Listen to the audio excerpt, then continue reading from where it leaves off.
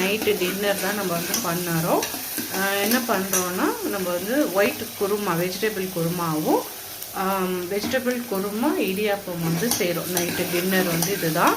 இதில் வந்து பார்த்திங்கன்னா எண்ணெய் ஊற்றிருக்கேன், பட்டை லவங்கம் கிராம்பு ஏலக்காய் இல்லை மசாலா ஐட்டமெல்லாம் போட்டிருக்கேன். வெங்காயமும் பச்சை மிளகா கருவேப்பிலை வந்து போட்டிருக்கேன். கருவேப்பிலை கொஞ்சம் வாசனைக்கோசம் போட்டிருக்கேன். அடுத்தது என்ன போடலான்னா காய்கறியெல்லாம் நல்லா கட் பண்ணி வச்சுருக்கேன். அது வந்து பாருங்கள், காய்கறி எல்லாம் கட் பண்ணி வச்சாச்சு. இப்போ இது நல்லா வந்து நம்ம கழுவிப்போம். கழுவி என்னென்ன போட்டிருக்கோன்னா கேரட், உருளைக்கிழங்கு, பச்சை பட்டாணி இந்த மாதிரி ஐட்டம் நம்ம வந்து போட்டிருக்கோம். குருமாக்கு போடுவோம் இல்லைங்களா, குருமாக்கு வெஜிடபிளுக்கு போடுற அத்தனை காய்கறியை நம்ம போட்டுக்கிறோம். ஏன்னா மோஸ்ட்லி வந்து உருளைக்கிழங்கு, பீன்ஸ், கேரட், பச்சை பட்டாணி இது போட்டிங்கன்னா சவு மாதிரி ஒன்று இருக்கும் இல்லைங்களா, சாரின்னு சொல்லுவாங்க, ஒயிட் நூக்கல், அது கூட போட்டால் கூட நல்லாயிருக்கும் குருமாக்கெல்லாம். இதை வந்து நல்லா அலசி வச்சுட்டு நான் இன்னொரு வாட்டிக்கு அலசி கேட்குறேன். பாருங்க, காய்கறி வந்து அலசி வச்சாச்சு. இப்போ வெங்காயம் கூட வந்து வெங்காயம் நல்லா வதங்கிட்டு இருக்கு. இப்போ இஞ்சி பூண்டு பேஸ்ட் வந்து நான் சேர்த்துக்கிறேன். ஒரு டீஸ்பூன் அளவுக்கு நம்ம இஞ்சி பூண்டு சேர்த்துக்கலாம்.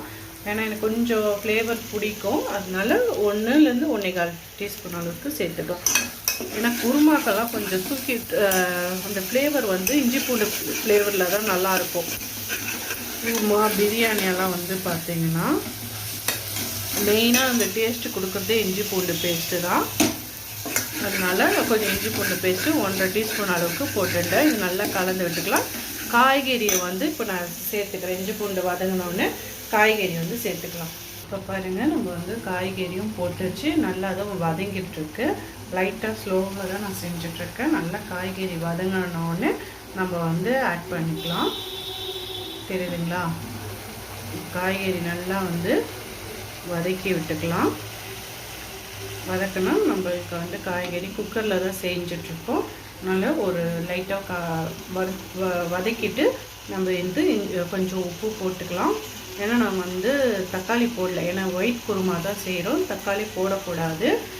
இதுக்கு வேண்டிய அடுத்தது என்னென்னா நம்ம வந்து அரைக்கிறதுக்கு வேண்டியது ரெடி பண்ணிக்கலாம். இது கூட வந்து பார்த்திங்கன்னா மிக்சியில் அரைக்கிறதுக்கு வந்து தேங்காய் போட்டிருக்கேன், பச்சை மிளகா போட்டிருக்கேன், முந்திரி சேர்த்துக்கலாம். ஒரு 5 முந்திரி போட்டிருக்கேன். இப்போ கசகசா வந்து ஒரு 2 டீஸ்பூன் சேர்த்துக்கிறேன். இப்போ பாருங்கள், 1.5 டீஸ்பூன் அளவுக்கு உப்பு வந்து போட்டிருக்கேன். காய் நல்லா வதங்கிட்டுருக்கு. இப்போ வந்து தண்ணி வந்து விட்டுடுவோம். நம்மளுக்கு திக்காக வேணும்னா திக்காக வச்சுக்கலாம், தண்ணியாக வேணும்னா தண்ணியாக வச்சுக்கலாம். கொஞ்சம் எக்ஸ்ட்ரா தண்ணி விட்டுக்கலாம். இப்போ நம்மளுக்கு வந்து குருமா வந்து இப்படி தான் இருக்கும். இன்னும் நம்ம அரைக்க வேண்டியது இருக்குது இல்லைங்களா. என்னென்ன அரைக்கணும்னா சொன்ன மாதிரி தேங்காய், பச்சை மிளகா, முந்திரி, கசகசா வந்து நான் இப்போ வந்து அரைச்சிட்டு வந்துடுறேன். உங்களுக்கு அரைச்சிட்டு நான் காட்டுறேன். அந்த வீடியோ அந்த அரைச்ச பேஸ்ட்டு நான் உங்களுக்கு காட்டுறேன். இப்போ பாருங்கள், நல்லா வந்து பேஸ்ட்டாக நம்ம அரைச்சாச்சு. இந்த பேஸ்ட்டை வந்து நம்ம வந்து காய்கறியில் விட்டுடலாம். நம்மளுக்கு வந்து இது இந்த மாவு இந்த அரைச்ச பேஸ்ட்டு ஊற்றின உடனே 2 விசில்லேருந்து 3 விசில் நல்லா குழஞ்சி வந்ததுன்னா, குழைய வேண்டாம், நல்லா டைட்டாக, அதாவது குழம்பு வந்து திக்னஸாக வந்துடும். நம்மளுக்கு வந்து குழம்பும் ரெடி ஆகிடும். அவ்வளோதாங்க. இதோட ஊற்றிட்டேன், நான் உங்களுக்கு காட்டுறேன். ஊற்றிட்டு 2 விசில் போட்டுட்டு காட்டிடுறேன். அதுவும் நம்ம வந்து பார்த்துடலாம். இதை ஊற்றிட்டு நம்ம பார்க்கலாம். இப்போ பாருங்கள், நம்மளுக்கு வந்து பேஸ்ட் வந்து ஊற்றியாச்சு. ஊற்றினோடனே பாருங்கள், இந்த மாதிரி தான் இருக்கும். நம்ம எந்த மஞ்சள் எதுவுமே சேர்க்கக்கூடாது, மிளகாத்தூள் எதுவுமே நான் சேர்க்கல, வெறும் பச்சை மிளகா மட்டும்தான் நம்ம போட்டிருக்கோம். என்னடா புளிப்பு இல்லையே நினைக்காதீங்க. லாஸ்ட்டில் இறக்கும் போது அந்த சூட்டில் வந்து 1 ட்ராப்ஸ் 2 ட்ராப்ஸ் வந்து எலுமிச்சை பழம் வந்து சாறு வந்து ஊற்றினா கூட நம்மளுக்கு அந்த புளிப்பு தன்மை வந்துடும். அதனால் லெமன் வந்து நம்ம விட்டுக்கலாம். சரிங்களா. இப்போ வந்து நம்ம 2 விசில் வந்து போட்டுடுறேன். நான் போட்டுட்டு நான் உங்களுக்கு 2 விசில் அடித்தோன்னே நான் உங்களுக்கு சொல்கிறேன். பார்க்கலாம். இப்போ வந்து பார்த்திங்கன்னா மாவுக்கு வேண்டியது வந்து நான் தண்ணி வந்து சுடு தண்ணி வச்சுருக்கேன். எதுக்கு இந்த சுடு தண்ணினா, நம்ம இந்த இடியாப்ப மாவு இந்த சுடு தண்ணியில் தான் வந்து பிசைய போகிறோம். அதனால தான் இந்த இடியாப்பத்துக்கு தண்ணி வந்து வச்சுருக்கேன். ஏன்டா இவ்வளோ தண்ணின்னு கேட்காதீங்க. ஏன்னா நம்ம அதிகமாக வச்சிங்கன்னா மாவு பிசையத்துக்கு கரெக்டாக இருக்கும். கொஞ்சம் மாவு பிசைஞ்சிட்டு கொஞ்சம் தண்ணி பத்தலைன்னா நம்மளுக்கு வந்து தண்ணி தேவைப்படும். நம்மளுக்கு கிட்டில் இருந்தால் கிட்டில் ஒரு செகண்டில் வந்து சுடு தண்ணி கிடச்சிடும். நம்ம வீட்டில் கிட்டில் வந்து கிடையாது. அதனால் நான் கேஸ்லேயே வந்து தண்ணி வந்து வச்சுருக்கேன். அதிகமாக இருந்தாலும் நம்மளுக்கு இந்த கிளைமேட்டுக்கு, மழை கிளைமேட்டுக்கு நம்மளுக்கு ஹாட் வாட்டர் தேவை தான் படும். அதனால தான் நான் ஹாட் வாட்டர் கொஞ்சம் எக்ஸ்ட்ராவே வந்து வச்சுருக்கேன். நம்மளுக்கு குழம்பு திக்காக இருந்தாலும் நம்ம இந்த ஹாட் வாட்டர் கொஞ்சம் ஊற்றிட்டா சரியாயிடும். அதுக்கு தான் நான் தண்ணி வந்து நிறையவே வச்சுருக்கேன். இருக்கிற ஒரு 2-3 பாத்திரம் வந்து தொலைக்கிட்டோன்னா நம்மளுக்கு வந்து வேலை முடிஞ்சிடும். இடியாப்பம் வந்து பிழிஞ்சு விட்டுடலாம். இப்போ வந்து பார்த்திங்கன்னா அம்மா வந்து மாவு வந்து போடுறாங்க. அது வந்து பச்சரிசி, அதாவது அம்மாவே வந்து இடியாப்ப மாவு ரெடி பண்ணுவாங்க. அதை அந்த மாவை வந்து சேர்த்துக்கிறாங்க. ஒரு அழாக்கு எத்தனை அழாக்குமா? இப்போ 3 பேருக்குன்னா எத்தனை அழாக்கு போட்டால் கரெக்டாக இருக்கும்? 3 அழாக்கு வந்து போட்டால் கரெக்டாக இருக்கும்ன்றாங்க. அந்த அளவுக்கு வந்து நம்ம அரிசி மாவு வந்து இடியாப்ப மாவு வந்து சேர்த்துக்கிறோம். சரிங்களா? நல்லா சாஃப்டாகவே வந்துடும் நம்மளுக்கு. இப்போ 3 போடு. இப்போ வந்து பார்த்திங்கன்னா இடியாப்ப மாவு வந்து ரெடி ஆகிடுச்சு. அவங்களுக்கு வந்து 3 அழாக்கு போட்டிருக்கீங்களா? 3 அழாக்கு வந்து போட்டிருக்காங்க. இப்போ வந்து நம்ம வந்து தண்ணி நல்லா சலசலன்னு கொதிச்சிச்சு. இது கூட வந்து உப்பு வந்து சேர்த்துக்கலாம். உப்பு வந்து நம்ம போட்டுக்க போகிறோம். இடியாப்ப மாவு வந்து 4 போட்டிருக்காங்க. உப்பு வந்து ஒரு 1/2 டீஸ்பூனுமா? 1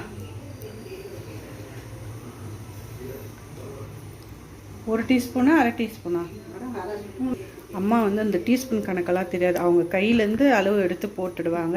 இருந்தாலும் நீங்கள் 1/2 டீஸ்பூன் போட்டுக்கோங்க. ஏன்னா உப்பு அதிகமாகிடுச்சுன்னா சாப்பிட முடியாது.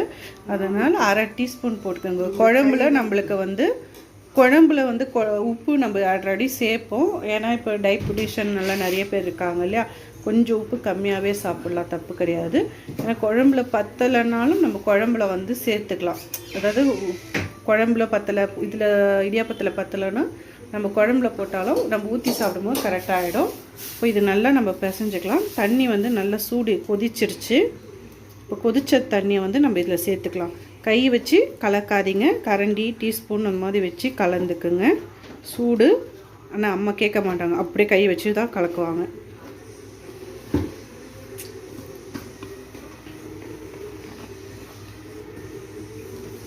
இப்போ வந்து நல்லா கலந்து விட்டுக்கலாம். இப்போ இட்லி குண்டாவும் அடுப்பில் வந்து போட்டுடலாம். ஏன்னா நம்ம இட்லி பாத்திரத்தில் தான் நம்ம வந்து செய்ய போகிறோம். இப்போ இதை வந்து கலந்துக்கலாம். தண்ணி கொதிக்கிறதுக்குள்ளே இது ரெடி ஆகிடும். இட்லி பாத்திரத்தை வச்சிடலாம். இப்போ இட்லி பாத்திரத்துலேயே தண்ணி வந்து விட்டுருக்கேன். இதை வந்து எடுத்து வச்சுடுவோம். இப்போ பாருங்கள், நான் வந்து இந்த பாத்திரம் ஃபுல்லாக தண்ணி வச்சேன். இந்த பாத்திரம் ஃபுல்லாக தண்ணி வச்சோம் நம்மளுக்கு இப்படி தான் வரும். என்னடா இப்படி ஆயிடுச்சு, உருண்டை ஆகிடுச்சேன்னு நினைக்காதீங்க. இப்படி வந்து நம்ம வந்து அழுத்தி விட்டிங்கன்னா அந்த சூட்டுக்கு வந்து கரைஞ்சிடும். இப்போ வந்து நல்லா அழுத்தி விட்டு கையால், அந்த சூடு இல்லாத நேரத்தில் கையால் வருங்க. நான் இப்போ கை வைக்கிறேன். நம்மளுக்கு தண்ணி பத்தலை, இன்னும் கொஞ்சம் தண்ணி விட்டுப்போம். இங்கே பாருங்கள், கொஞ்சம் கொஞ்சமாக விடுங்க. சூடு வேறு இருக்கும். இப்படி அழுத்தி விட்டிங்கன்னா உங்களுக்கு தெரியும். இந்த இடத்துல தண்ணி இருக்குது பாருங்கள், ஈரப்பதம். இன்னும் கொஞ்சம் தண்ணி விட்டுக்கலாம். அதுக்கு தான் தண்ணி நல்லா கொதிக்க வச்சு நான் வச்சு பாருங்கள். தண்ணி நல்லா கொதிச்சிருக்கு. இப்போ இந்த தண்ணியை ஒரு டம்ளர் தண்ணியை நம்ம வந்து விட்டுக்கலாம். ஏன்னா ஒரு கிண்ணம் ஃபுல்லாக ஊற்றிருக்கோம், பத்தலை. இன்னும் ஒரு டம்ளர் எடுத்து ஊற்றி பார்ப்போம். இப்போ வந்து பார்த்திங்கன்னா நம்ம வந்து எண்ணெய் விடுறோங்க. ஒரு கை அளவு வந்து எண்ணெய் விட்டுப்போம். இது ரீஃபண்ட் ஆயில் வந்து நம்ம விடுறோம். சன்ஃப்ளவர் ஆயில்னு சொல்லுவாங்க இல்லையா, அதை தான் விடுறேன். நான் தேங்காய் எண்ணெய் விட்டுலாம், இல்லை தேங்காய் எண்ணெய் வேண்டாம், நல்லெண்ணெய் விட்டால் கூட நல்லாயிருக்கும். நம்மளுக்கு வந்து இப்போ நான் ரீஃபண்ட் ஆயில் தான் விடுறேன். நல்லெண்ணெய் விட்டிங்கன்னா கூட நல்லாவே இருக்கும். சரிங்களா? இப்போ நான் வந்து நல்ல மாவு வந்து பிசைஞ்சிக்கலாம். சூடு பத்திரமா பார்த்து பண்ணுங்க. இதை பாருங்கள், சுடுது. கொஞ்சம் நம்ம கொஞ்சம் கொஞ்சமாக போட்டு நம்ம பிசைஞ்சிப்போம். பிசைஞ்சிட்டு காட்டுறேன், பார்க்க. இப்போ பாருங்கள், இது மட்டும் நான் கொஞ்சமாக பண்ணியிருக்கேன். இதை வந்து நல்லா பிசைஞ்சிக்கலாம். இது அழுத்தினா இந்த மாதிரி சாஃப்டாக இருக்கணும். ஊற்றிருக்கேன், இந்த மாதிரி சாஃப்டாக இருக்கணும். ரொம்ப சாஃப்டாக இருந்தால் தான் இடியாப்பம். இப்போ வந்து நல்லா சாஃப்டாக ஆகிடுச்சு. நம்ம அப்போ தான் நம்மளுக்கு முறுக்கு குழாயில் போடும் போது நம்மளுக்கு சாஃப்டாகவே வரும். சரிங்களா? இப்போ வந்து தண்ணி அடுப்பில் வந்து கொதிச்சிருச்சு. இட்லி பாத்திரத்தில் கொதிச்சது. இப்போ இதை வந்து நம்ம இடியாப்பம் பிழிவோம் இல்லையா, அந்த மாதிரி பிழிஞ்சிக்கலாம். பிழியும் போது நான் காட்டுறேன், பார்ப்போம். இப்போ மாவு நல்லா சாஃப்டாக இருக்குது. அதுக்கு தான் கொஞ்சமாக உங்களுக்கு பண்ணி காட்டுறேன். இப்போ வந்து குழால முறுக்கு பாத்திரம் இதுதான் இருக்குது என்கிட்ட. இதில் வந்து போட்டுடுவோம். நம்மளுக்கு ஈவினிங் வந்து இடியாப்பம் சாப்பிட்றதுக்கு ரொம்ப நல்லாவே இருக்கும். லைட்டாக சாப்பிட்ணுன்றவங்க சாப்பிட்லாம், மார்னிங் சாப்பிட்லாம். ஈவினிங் ஒரு தேங்காய் பால் வச்சு கூட நம்ம சாப்பிட்டா நல்லாயிருக்கும். ஏன்னா இப்போ நான் சொன்ன மாதிரி டைஜஷன் வந்து டயபெட்டிஸ் இருக்காங்க இல்லையா, அவங்களுக்கு வந்து யூஸ் ஆகும். இது நல்லா அப்படி பிழிஞ்சு விட்டுப்போம். நான் எண்ணெய் எதுவுமே நான் தடவலை, தட்டலை. இடியாப்பம் தட்டிங்கிட்டே இல்லை, அதனால நான் இதுலேயே வந்து விட்டுக்கிறேன்.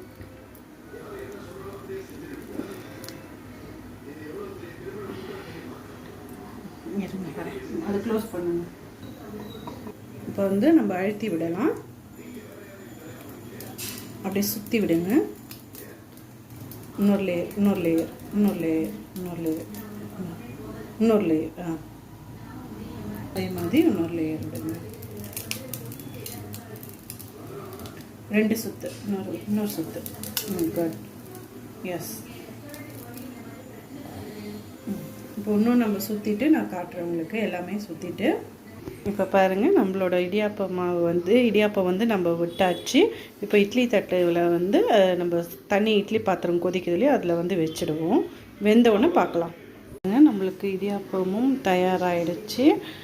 இதை வந்து இன்னும் கொஞ்சம் இருக்குது இல்லைங்களா, இடியாப்பம் சுட்டு எல்லாருக்கும் மொத்தமாக சுட்டு சாப்பிட்லான்ற ஒரு ஐடியாவில் இருக்கேன்.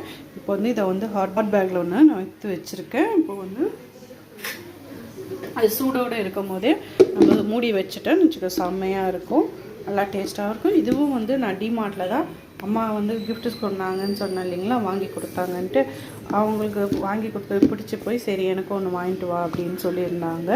சரி, அவங்களுக்கும் வந்து இந்த மாதிரி ஒரு பாக்ஸ் வந்து வாங்கிட்டு வந்துட்டோம். இதே சேம் மாடல் சேம் டிசைனில் கேட்டிருந்தாங்க. சரின்ட்டு அவங்களுக்கும் வந்து வாங்கியிருந்தோம். அதே என்னென்ன கலர் நான் வீடியோவில் காட்டினோன்னா அதே கலரில் நம்ம வந்து வாங்கியாச்சு. இப்போ வந்து இது நல்லா க்ளோஸ் பண்ணி இப்போ பாருங்கள், நம்மளுக்கு வந்து இடியாப்பம் வந்து ரெடி ஆகிடுச்சு. இப்போ இடியாப்பமும் வெள்ளை குருமாவும் வந்து நம்ம வச்சுருக்கோம். அது எப்படி இருக்குதுன்னு சாப்பிட்டு பார்த்துட்டு ஹஸ்பண்ட் வந்து சொல்லுவார் உங்களுக்கு. இவள் வந்து கொடுக்குறேன்னு சொல்லியிருக்காங்க. நம்ம வந்து அவருக்கு குழம்பு முதல்ல விட்டுடலாம், குருமா விட்டுடலாம். இப்போ பாருங்கள், குருமாவும் உங்களுக்கு காட்டுறேன். இந்த பாருங்கள், இப்படி தான் இருக்கும் நம்மளோட குருமா வந்து. நம்மளுக்கு ஹோட்டல் ஸ்டைல்லையே வந்துருக்கு பாருங்கள். இப்போ குழம்பு ஊற்றணுன்னு எப்படி இருக்குன்ட்டு சூப்பராகவே இருக்குது. வாசனை நல்லா கமகமன்னு இருக்குது. சாப்பிட்டு பார்த்துட்டு சொல்கிறேன்னு இருக்காங்க. நல்லா இருக்கா? டேஸ்ட் எல்லாம் இருக்கா? நல்லா இருக்கா? நல்லா இருக்கு, டேஸ்ட்டாக இருக்கு. டேஸ்ட்டாக இருக்குங்களா? சூப்பராக இருக்கு. ஓகே, எங்கள் அண்ணன் கமெண்ட் சொல்லுவான் பார், எப்பா உன்னை விட்டுட்டு தின்றாங்கப்பா. அன்றைக்கி இடியாப்பமும் வெள்ளை குருமா, சிக்கன் வெள்ளை குருமா வச்சானா, அவன் சாப்பிட்டுட்டு